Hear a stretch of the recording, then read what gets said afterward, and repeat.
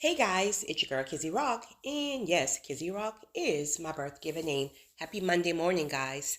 I want to say hey to all my subscribers. New as well as season. I got a word for you. Tap in. Happy Monday morning, guys. I want to talk to you guys about a couple of things out of many that is truly important when God starts to bless you. It's one thing to attain a blessing, but it's another thing to be able to sustain that blessing. And two of those things, of course, you guys always hear me talk about the importance of obedience, persistency, and consistency, et cetera, et cetera. But two things I want to talk about today that are very, very crucial are the importance of being humbled as well as gratitude. Well, three things I'll say. The importance of being humbled, gratitude, and honor. Humbleness, gratitude, and honor. Humbleness, gratitude, and honor. I'm telling you, right? It is definitely part of the recipe. So last night I was watching, I've always thought two rappers who I really consider T.I. and Jay-Z to be very, very intelligent. I'm not speaking about anything else in their lifestyle. So speaking about specifically their intelligence. I think they're very, very intelligent. I was watching T.I.'s interview on what is Shannon Sharp show name? I forgot. But Shannon Sharp has I guess it's a podcast, I think. And I was watching his interview on T.I. last night, and I was just amazed. Well, I've met T.I. in general, and he really, truly, truly, truly is a humble individual. I think, again, people sometimes tend to get confidence mixed in with cockiness. You can be a very confident person, but you can be a humble person. I think personally, sometimes the people who think that people are cocky are people who are just dealing with their own insecurities. So it's almost like because they can see something in the other person and the other person is shining bright, it's almost like, oh, well, she thinks she's all that, or he thinks no, it's confidence. But internally, the person is very, very humble. But even in addition to meeting T.I. and witnessing his humbleness in the flesh, I was listening to him last night on Shannon's show, and other than his intelligence, he honored so many people. Okay, for example, Shannon was basically asking him about like very well-known producers like Pharrell and such, and people who like really like gave him a notch in the game. And he honored those people, but then he said, you know what? But before I even honor them, I want to honor first such and such. I forgot the name he called, but whoever this person was, it was the first person who ever gave him a shot before anyone even known him like that. He could have easily just went on with Pharrell and Timberland and this and this and this. But no. He scaled it back. Let me remember the person who had my back before anybody gave me a shot, right? So he honored that person and he called that person name, and most people probably was like, well, who is that person? But it doesn't matter. That person is a person who believed in him before he got the spotlight like that. He also honored, I think it wasn't Denzel. It was Denzel, and then it was, I think, was it Samuel L. Jackson? Somebody, he said, the person checked him on set. Like, I guess he was just, he was much younger at that point. And I guess he just wasn't really doing what he was supposed to be doing. And he was just telling Shannon that somebody checked him real good. I think it was Samuel L. Jackson, I think.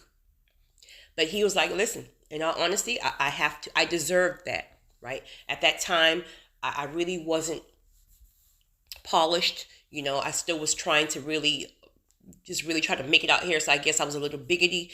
And so one of those OGs checked him. He humbly, even the person who he is now, he humbly recognized that, listen, that's something I needed, right? I honor and I respect these men. These men went first before me. These are the greats. These are the OGs. Like when I see them now, I still honor, I still respect. And I think people really don't understand the importance of honor. And when it comes down to respect, Let it be just through your life, through the individuals that God have placed in your path, etc., etc. Ricky Smiley is another individual. He's not a rapper, of course, but he's another one who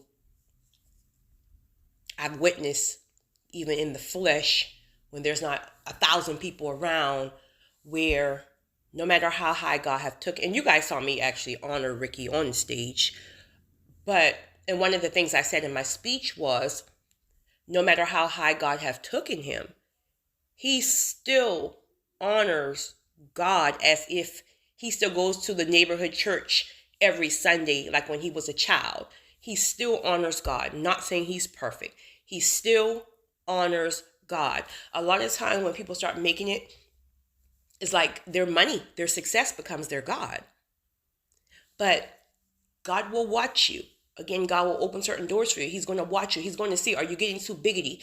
Are you going to stray away from the promise that you made with me when you were in the wilderness? In the wilderness, you begged to come out of this wilderness and for me to bless you. I told you I'll bless you, but don't forget about me.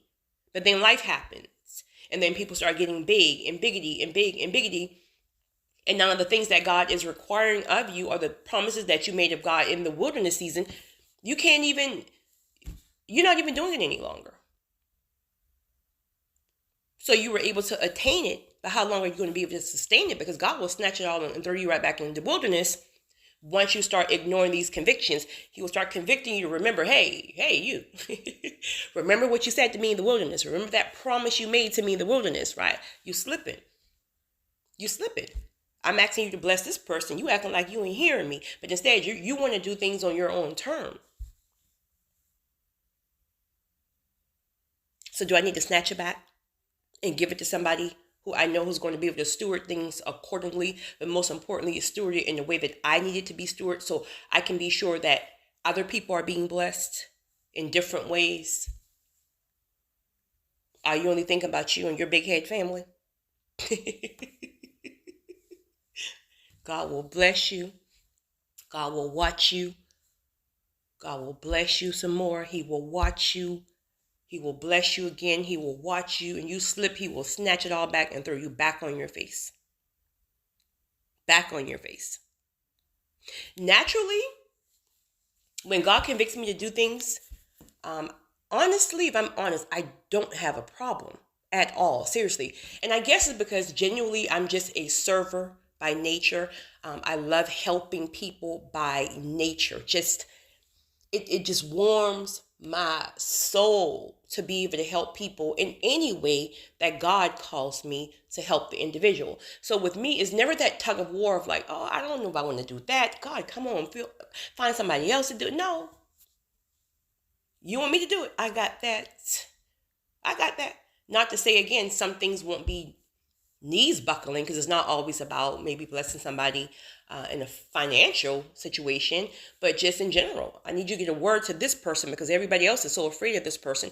Everyone else idolizes this person. I need you to say this to this person, etc., etc. Okay. Can you give me a couple of days to prepare?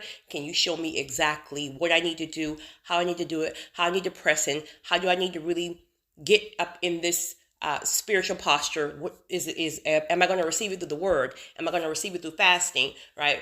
Whatever you say, do it. I'll do it. I promise you. And I do it. And each time he sends me this, and every time the person receives it. It's insane. Like, they literally receive it. They look at me like a ghost. Like, how in the world would you even know? Sir, I don't know. God just told me to tell you, right? Get it together, sir. Woo, child. But those of you who are constantly asking to be used, first of all, let me just tell you guys, I was talking to one of my besties about this. We be sitting there saying, God, use me, God. We be sitting here just thinking, like, seriously, God, use me. Because we thinking it's just going to be like some little simple stuff and, go and bake some brownies and take it to the school, or, go and visit some elderly folks at the nursing homes. And child, All that, yes, that's amazing. He will probably ask some of you to do that as well, right? But honey, when you start mastering certain levels, when God puts you up against certain things and you accomplish it, and he starts taking you higher, and then he have you to do more things that are more intense, maybe not giving somebody a word, right? But whatever, like you start doing things that's more intense and you don't back down, but you make sure you stay connected spiritually. And most importantly, whenever and whatever you do, you make sure, all caps, make sure God gets the glory. Period. I don't care if God tells me to give somebody $1 at the red light because whatever. If I'm handing you that $1 and you start all that, oh my God, I don't know what I would do without you. Listen,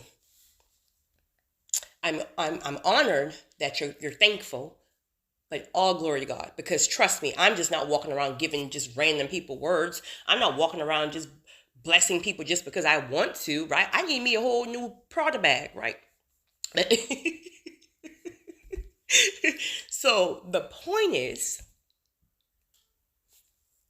you have to understand that that's God. If you can sit here and tell me all day long, oh my goodness, how would you have known that? Because I never said that. Well, that tells you that ain't me.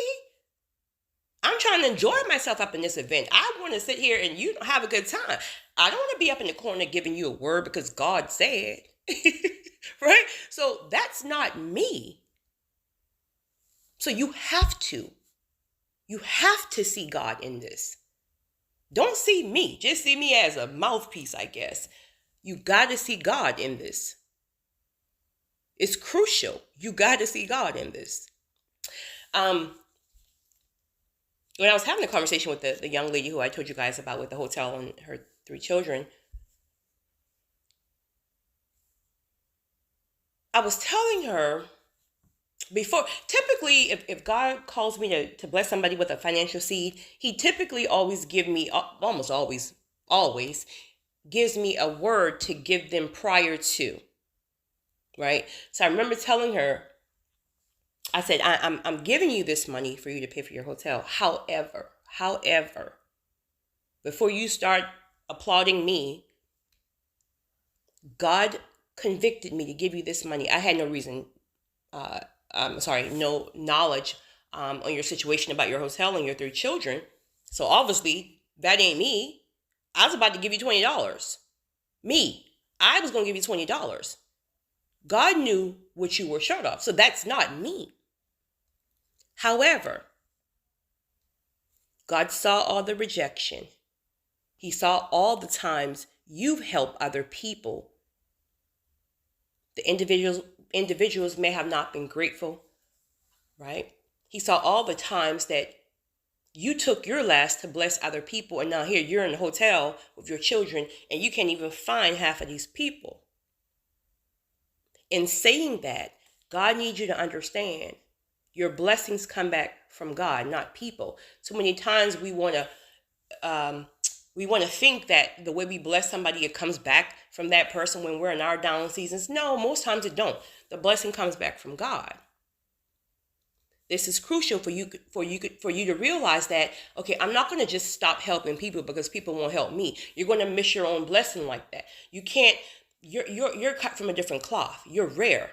So if God tells you to move, you move with no intentions of getting anything back in return from the person. You're moving supernaturally. Whatever God asks you to do, a word, a seed, a this, a that, whatever, your blessings may come back as an open door. Your blessing may come back as elevation. Your blessing may come back in a kingdom purpose partner that you've been waiting on. There's so many different ways on how God will return your blessings. But what messes people up is when it's like, I'm not going to help that person because I got things I got to do. It ain't about you, right? Now, I believe God takes all that in consideration, but if God requires you to do something, you got to do it. I told you guys, I can't tell you how many people thought I was absolutely insane to pick up Mr. Steve, who's sleeping behind a grocery store, a drugstore in 20-something degree weather, and pay for this man a hotel for 6.5 months out of my own pocket. I mean, do you think I wanted to do that? I want to help him, right? If it was only me, it would have been maybe a week. And then I would have, found some type of other options, I guess, for him. But that's not what I got. What I got was, you will pay for his hotel until I tell you otherwise.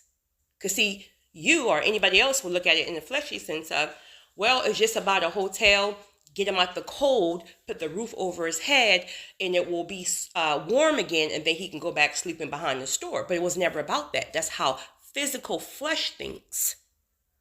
God knew he needed to work on him spiritually. You heard Steve said in the documentary, he was so disconnected from God because, first of all, he was drunk as a skunk every day. He was in the cold. Sorry, guys, that's my house phone. He was in the cold. That was the last thing he had to worry about. He was just ready to go. He was trying to literally drink himself and freeze himself to death because he was ready to go. So, guys, please forgive me. So in reality, if he didn't have that hotel stay for basically a year, almost a year, 6 months, 6.5 months for me, and then Mr. George picked up the last several months, etc., Steve would have never had that opportunity to really, really be warm, right? To have people really pour into him and help him get back connected spiritually. He would have never had that opportunity if I were to go based on what I can't be paying for no hotel room every week. And I don't know how long this thing is going to go on. They said 3 months. The doctor said 3 months. He lived a year. But God needed a year. So not one time when I got convicted to pay for his room did I felt like, God, this is not fair because I need to be in, Bora Bora right now. Sacrifice. You ain't going to Bora Bora this year because I need you to save a soul. Sacrifice. And then when I started to get weary because Steve just started getting on my nerves, God sent help. God sent help. If God calls you to something, you're not going to be in it by yourself. He will send you help. He will send you backup right when you need it. He will send you connections, etc., because it's not about you. This is where a lot of people is missing it. Everything that they're doing, let it be. If they think they're in purpose and calling, they think it's all about them. When it comes down to purpose and calling, it's about other people. If other people are not blessed through it in some kind of way, again, it don't have to be financial. You can just be, your words, your showing up to support this or whatever. If other people are not in it, you're not in purpose. Purpose is about other people. But people are so selfish and they're stuck in this mindset that everything that they do and they have is about them. And then they wonder why they can't go higher. You got to have faith. It's supernatural. If God says to do something, if God told you to do it, you can't even be sitting there trying to calculate this. Or if I do this, I'm not going to be able to pay this bill. Or if I do this, if God says do it, you got to do it. Because trust me, when you do it, he's going to send you triple of what you think you would have lost. So you got to stay humble. You have to honor and you have to respect. This is why you guys hear me talk about Pastor R.C. Blake so much. I'm not just talking about Pastor Blake because everybody loves him. Yeah, everybody loves him. But the fact of the matter is, he saw something in me and he shared videos, which in turn got 2,500, well, not all of you guys, but the majority of you guys, a lot of you guys here. So if somebody taps me tomorrow and say, "Woo, you're the next Oprah, here's $100 million contract." And they start interviewing me. You know who's gonna be the first person? Well, first of all, God, right? Who I give honor to. Then it's going to be him. And then it's going to be other people that God have placed into my life, which have in turn helped me along the journey. You got to respect, you got to honor, you got to humble yourself. You have to be obedient to your convictions. You have to be willing to sacrifice. All these things are a part of the journey. All these things are going to be the things that get you up a notch on the belt. All these are going to be things that elevate you. All these things are going to be things that God starts to use you more and more and more and more. Stop focusing on the fact of who won't support you. You only have 3 people there. Listen, been there, done that, right? No judgment. I told you guys, I used to give conferences. I used to have, I used to have conferences in my hometown. I would bring people to speak about so many things to help elevate mindsets, and it would be free. It would be free, and these people wouldn't show. But I would keep hearing God. Well, let me take that back. Some showed. Let me honor the people who did show, but half wouldn't show after signing up, and I would get so annoyed.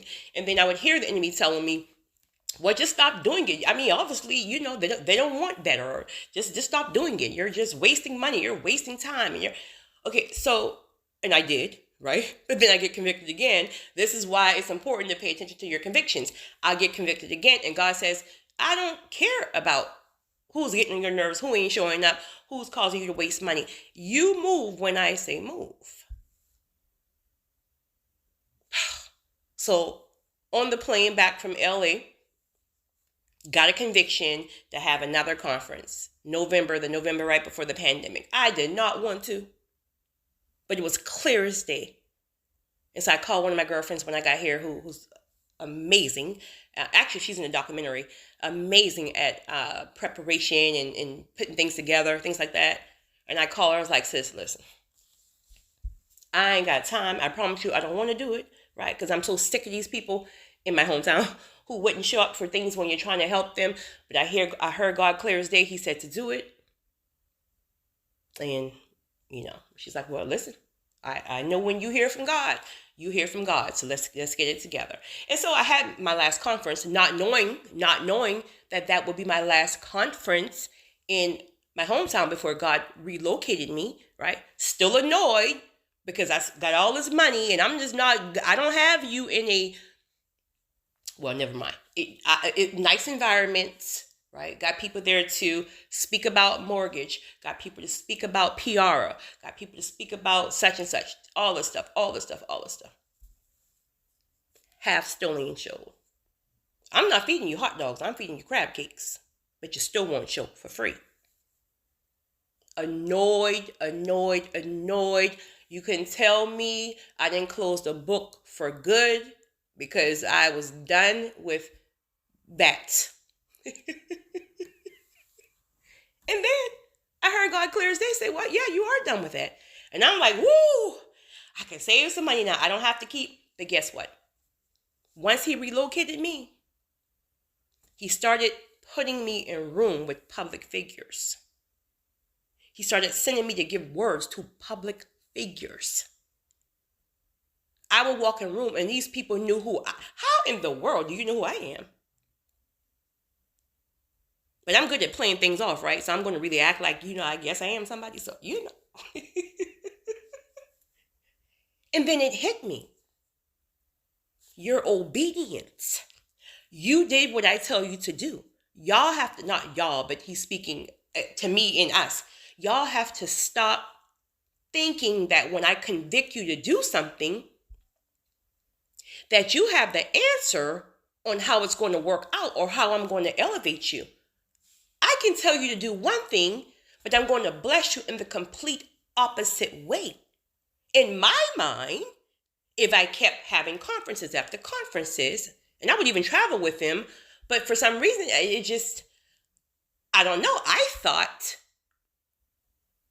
that he would take the conferences around the world if I just kept at it. Not saying I was doing it for that, but in my logical mind, well, if you keep doing something, you get better at it. And this, I've been doing speaking 15 years, but you keep doing something, you get better at it, then I don't know, I'll be on stages all around the world speaking at a conference about whatever.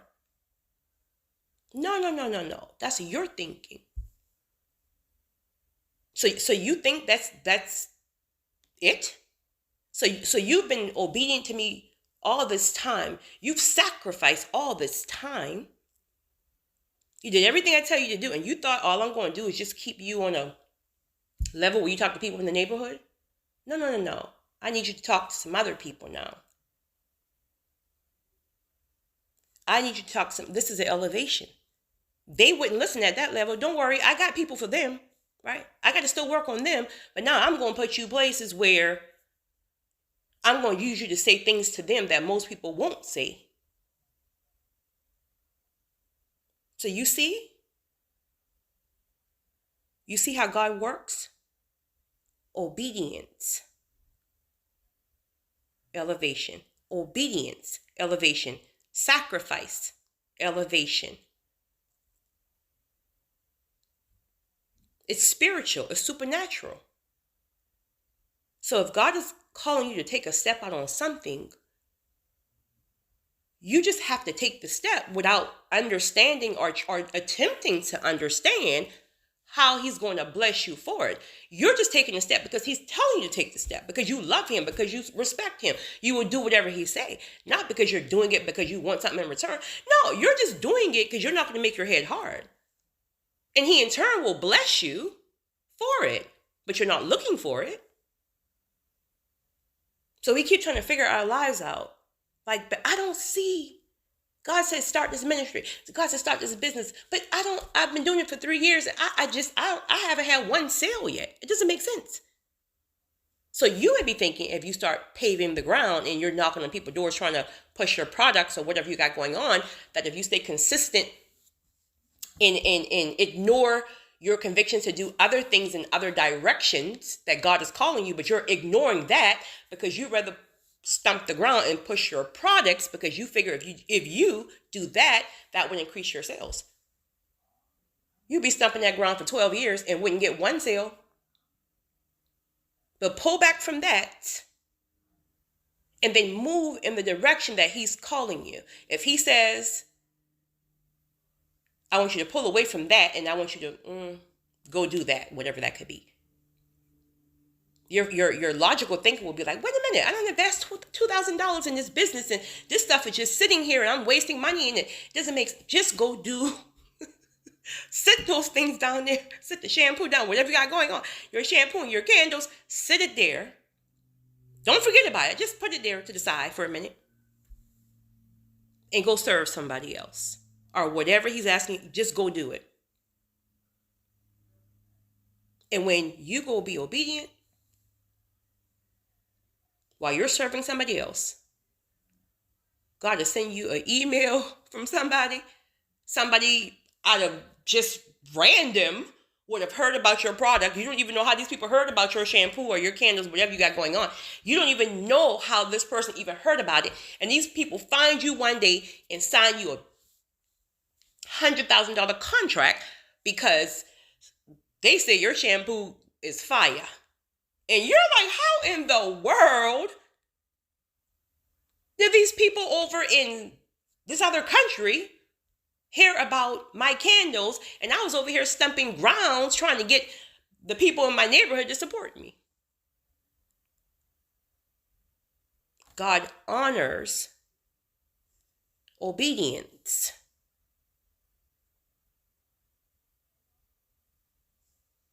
I hope you guys receive this. You guys have a great one. It's your girl, Kizzy.